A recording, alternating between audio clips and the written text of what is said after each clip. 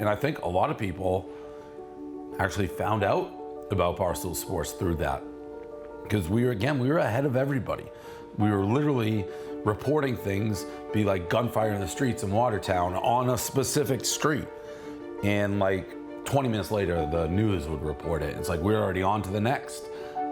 We had footage that nobody else had. We were on like CNN News or on Global News of the actual gunfight because it was being done outside of Stooley's fucking bedroom window. Oh my God, something blew up. Something blew up. Oh my God, something happened. Yeah, I mean, nobody knew what was going on, obviously. I want all the SWAT teams to go back to the base right now and get their rifles, get their gear. I mean, obviously it's your hometown, so you know a lot of people. It was just crazy. The whole thing was crazy. Nobody knew what happened. I mean, people knew what happened, but nobody knew what happened. It was just pretty much chaos. It was very loud. The ground shook. You could just feel it going down through you. It was more like this is very real, like something major happened. I saw one guy with his legs gone at the knees, some ankles and feet missing, shrapnel wounds on people on the sides of the head. It was just surreal.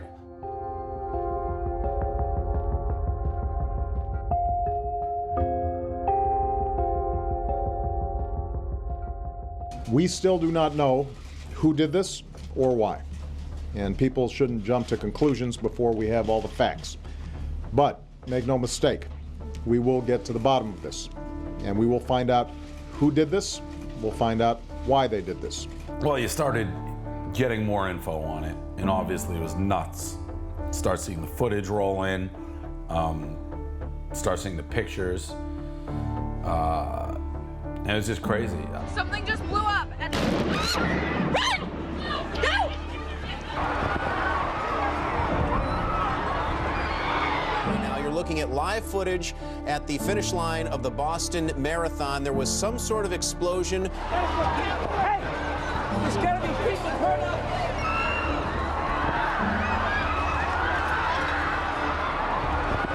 The comedy was gone. We were covering it as best we could, updating people with pictures, things we were hearing, events. So we were just making sure the pictures were real, what we knew we were putting out there was real. We were covering it as something that hit very close to home and getting information out the best we could. We're interrupting your program because there have been 2 explosions today at the Boston Marathon. 2 explosions near the finish line just a short while ago. You see the scene right there, explosions right by the finish line.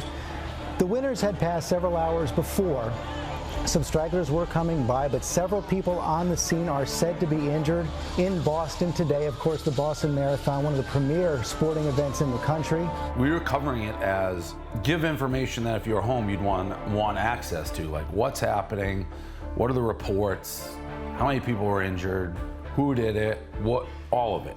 It wasn't premeditated. It wasn't anymore, I don't think, hitting home because I'm from Boston, we're there. We just had access to more information because we're a Boston company, so a bazillion of our fans were at this event, following this event, watching it, access to people involved.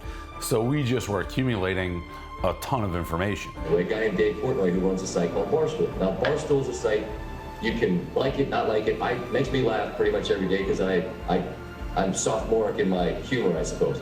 But his site is Boston-centric. He's a Boston guy. And here's a guy who's not in the news-breaking business, but he's got a police scanner on in Boston, and he's just tweet after tweet after tweet. The pictures came out first of the 2 suspects, and so everyone's kind of on the edge because they're out loose and you didn't know what was happening next. Somebody sent me a police scanner to listen to, and it was around MIT. Something very odd was going on the police scanner, and I don't know why they sent it to me. I don't know why I was listening to it in real time, but I was. Oh my goodness. All units, respond. Data. Officer down. Officer down. All units. It's up with Watertown for now. The report of a second officer down. There's definitely hand grenades and automatic gunfire. Watertown ambulance has transported the injured police officer, and they may have suspects who may be injured. There may be explosive devices on scene. We're being ordered back. I listened on the police scanners. Dan joined in on it, and we were just tweeting what we'd hear. So the Barstool manhunt funny enough, that was actually the week that I went full-time. Dave wore me down. He asked me to go full-time in September. I said no. He asked me to go full-time in December. I said no. I think he asked me again in February. I said okay. I picked a date where I gave my 2 weeks notice to my job. If I had been working my old job, I wouldn't have been able to manhunt. But it happened to be that was the first time that I was working from home. I think I was in bed and I was scrolling Twitter and I saw this, and I'm a huge Cops fan, Dog the Bounty Hunter, police, like I've been on police scanners before. I love police scanners.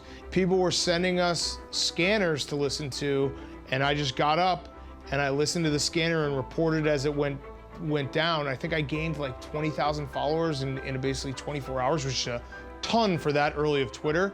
Stayed up for 24 hours straight. It started last night at 10 o'clock. I got on the scanner when the first thing happened, like MIT, we thought it was totally unrelated. And then I just got addicted to the scanner, and I have not left my chair since. Let's talk about these scanners for a second. The fact that these scanners are even in existence and possible, and that the whole fucking world knows what the police are doing right now is kind of fucking scary, no? When has this ever happened? Like, you could just listen on a scanner. You can do it all the time. Really? So here's my thing.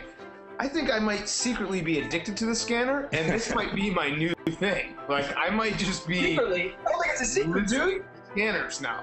You know, it's not a funny situation, but I think we covered it in a way that's just so unique to Barstool that we were able to be serious, but also, you know, crack some jokes to kind of lighten the mood for people. One of the best parts of this is Dave, like, getting hands on, like, him wrestling and, like, basically just hammering him for being a bad wrestler.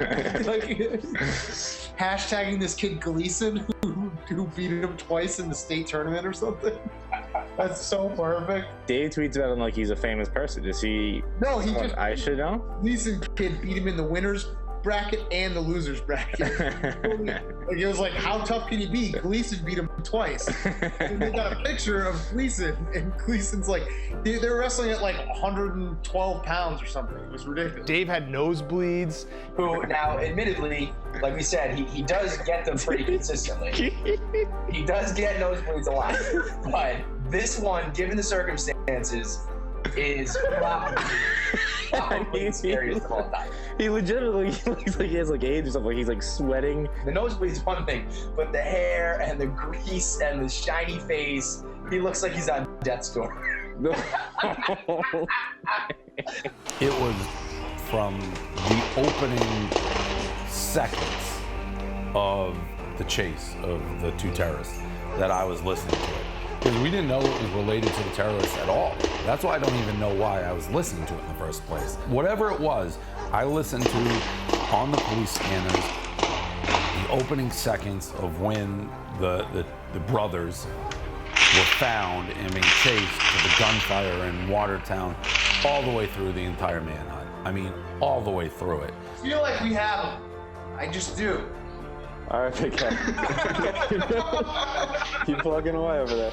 I've been up, 27 hours, and I honestly, at this point, I'm pot committed. Like I can't stop if we don't find them. And we did a pretty good job, Dan and I, of being very serious, but mixing in some lighter moments. I mean, it was like an all-day thing. It was like 24, 30 hours. And occasionally we cracked jokes, and it was just a surreal 24 to 30 hours of manhunting terrorists. This guy pulled over a cab with 3 guys in it. The cop's name was Mike, and they're like, Mike, is this the suspect we're looking for? And as Mike's about to answer, it just went blank for like a solid like 3 minutes. And then when it came back, it was like nothing had happened. And it was just Mike had dropped the ball so bad, and everyone was so pissed at Mike. They have explosives, some type of grenades. They're in between the houses down here. Loud explosion! Loud explosion! Loud explosion! Short by foot. We had the terrorist being operated on the table. We had him. Like, we had his image, we had what he looked like, the shape he was in, everything. It was sent by somebody who worked at the hospital to us, and it was as real gets. Still have never seen that photo published anywhere else. Like the moments they caught him in the hospital. We just had so much information. We knew what was happening before anybody else. And I was like, okay, I took Stella out for a walk because she literally was just sitting next to me for the entire time, just like, dude, are you gonna fucking leave this computer and this police scanner? So I took her for a walk, and while I'm on the walk, I'm scrolling Twitter, and boom, they got him. Sir, be advised, that subject is in custody. Again, he is in custody at this time. Great job. Good job, dispatchers. Dispatchers were awesome. Those EOD units, SWAT teams, all command staff, excellent job, excellent job. Boston Operations 2056. Additional officers, per the UCC, we have our second suspect of the Boston Marathon bombing in custody. Again, we have our second suspect in custody in Watertown. Courageousness and their tenacity in solving this vicious crime that occurred in our city. It's a proud day to be a Boston police officer. Thank you all. Thank you, Commissioner. And I remember after the whole thing, I had been up for, I don't know, 36, 40, it was actually, no, I was up for like 48 hours or whatever it may have been. I went to meet my friends at Declan's in Old Town, and I had 2 beers and I was hammered because I was so tired and so out of it. But yeah, it was surreal. And I think a lot of people actually found out about Barstool Sports through that. Because we were ahead of everybody. We were literally reporting things, be like gunfire in the streets in Watertown on a specific street. And like 20 minutes later, the news would report it. It's like we're already on to the next. We had footage that nobody else had. We were on like CNN News or on Global News of the actual gunfight because it was being done outside of Stooley's fucking bedroom window. And that's the beauty of what we do. Like, if you just boiled it all down, we know when to be serious, but we also have a really good knack of how to crack a joke to lighten the mood, especially on the internet. We can I think we're gonna ask about it, so you could like pull it like. Yeah. I would definitely. You could get another one of those too. You know, so. That's close. You know, that's. Yeah, that's bright. I just sat there. I was like, dude, I can't see anything else. No. Is that still really bright? No, that's fine. I'll tolerate it. I'll deal with it. We requested email stories, and then Mark Fucarelli, his sister, was his girlfriend, one of the others, sent in the story about his plight. You know, he was caught in that awful position of, do I cut my leg off and get an extra $1 million because every limb you lose is $1 million, or do I keep it and not get as much money? He needs to make all these renovations on his house. He was a North Shore guy. He was a Barstool type guy. It was pretty obvious once we got more information that he was the right pick for us. They say I am the last Boston Marathon victim to go home. But just because I'm going home today, by no means is that road for me over. I, like many other survivors, still have more surgeries and other procedures to go through. I went to the Boston Marathon with a group of friends to support a friend of ours that was running that day. He was a just retired military Marine. He was running an honors soldier that he had served with. And so we went to the marathon, witnessed the first bomb go off. And then 13 seconds later, the second bomb went off. It was right next to my right leg against a tree. What's the first thing I want to do when I get home? Just sit down, because my foot's hurting. Just be with my boy. You know, I want to be with all my friends, all my family. I was severely injured, bleeding out. Went through numerous surgeries, spent 55 days in Mass General Hospital. Hundreds of surgical procedures, high 40, 50 surgeries. After a year of in and out of the Boston hospitals, I spent another year traveling, trying to find doctors to recreate, fix my left leg, trying to still salvage my left limb from the pain. You know, when I woke up in the hospital originally, I wanted my laptop to pay my bills, live check to check. Had a fiance that was just finished up nursing school, just started being a nurse, and I was in the process of getting my real estate license, and I needed to pay bills, so I requested my laptop when I was in ICU. You know, my family told me, don't worry about it. There are people out there raising money and helping out, and you just need to worry about living and making it through the next couple days. Then I came home, and then I got a phone call from Dave. with Barstool Sports saying that, hey, I got a check for you. I want to come give you if that's all right. We went, met with him, heard his story. It was surreal to hear his story. And like, he wasn't one of these guys like, oh, this is great. My life is gonna be awesome. He's like, fucking my whole life's fucked up over this thing. Right, like you knew what happened. I knew it was a bomb when the first one went off. We knew it was something's going on. This is something bad. You just had that feeling. You saw the cloud of smoke and the debris, and it was a boom, real quick, boom. We all looked right at each other and we're like, that's not good. All of us were in a circle like this, looking at each other. So he's like, get in the street, get in the street. And that's where I ran towards the street. And that's where the bomb was, right on the edge of the street and sidewalk. So I ran right into it. You know, some of the more publicized victims were getting, you know, more money, and there were weird requirements on how people qualified. If you lost 2 limbs, you got X amount, 3 limbs, whatever. It was all over the map.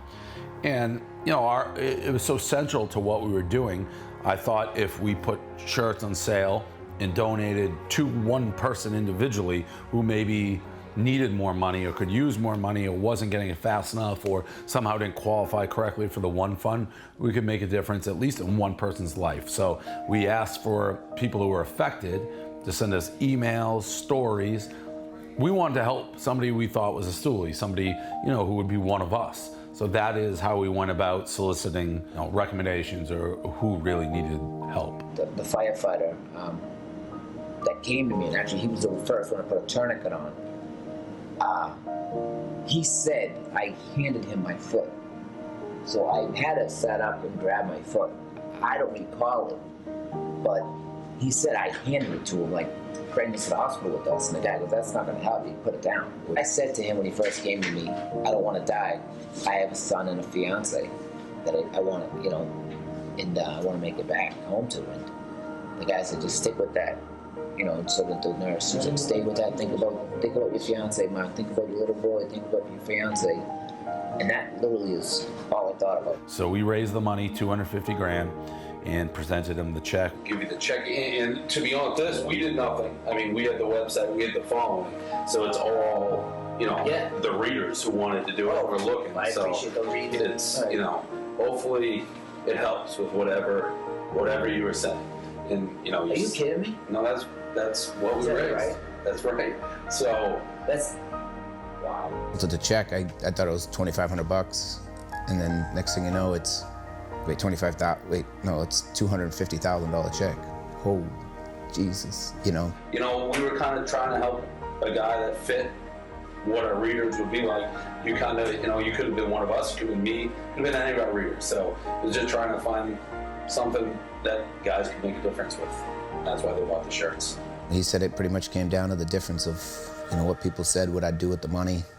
And he really wanted to make a substantial difference in somebody's life. And breaking it up into smaller paychecks wouldn't have really made a significant difference in someone's life. And that's gonna make a difference. That's what we want to do. That's what all the readers did. Wow. You know, the whole works. That's crazy.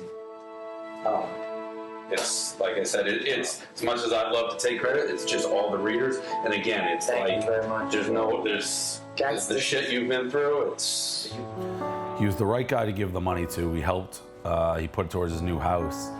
And then we did a bunch of events with him as well and support him. I haven't talked to him a little bit, but yeah, it was a great cause. And you know, people always thank me. It's like the Barstool people raised all the money and did a great job with it, like they always do. We're sitting in the project that $250,000 helped me with is my house. And that's what my family and other people that he interviewed said Mark would purchase a house for his family. And that would make a difference. And my life has definitely taken a turn for the different, but also so much for the better. You know, and like I said, the support from stoolies and everybody out there, complete strangers, from radio listeners of Greg Hill, and like I said, and just viewers of the Barstool Sports, and it's just been amazing. So I mean, that just shows character in somebody, as well as the stoolies and the viewers of Barstool Sports, because they didn't have to buy this shirt, you know? They didn't have to buy this shirt to support someone that they had no idea who the money was gonna go to. But as, you know, just genuinely kind, generous people. They didn't know who the money was gonna go to, and they still donated. And they raised over $250,000.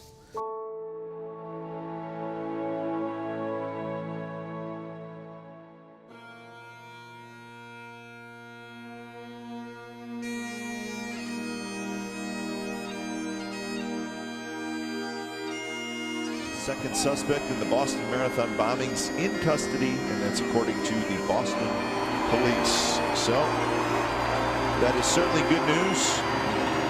Let the good people of Boston get back to normal. Just announcing to the crowd the fact that Boston police have apprehended the second suspect in the Boston Marathon bombings, and we are all thrilled to hear that. This is our fucking city. And nobody gonna dictate our freedom. Stay strong. Well, it should be pretty clear by now that they picked the wrong city to do it. Not here in Boston. Not here in Boston. Okay, we've all gotten to know Jeff Bauman over the last couple of weeks in Boston, and a victim of the marathon bombing is Carlos Arredondo. Brought him out as he did from the finish line and brought him out here to the pitcher's mound to throw out the first pitch.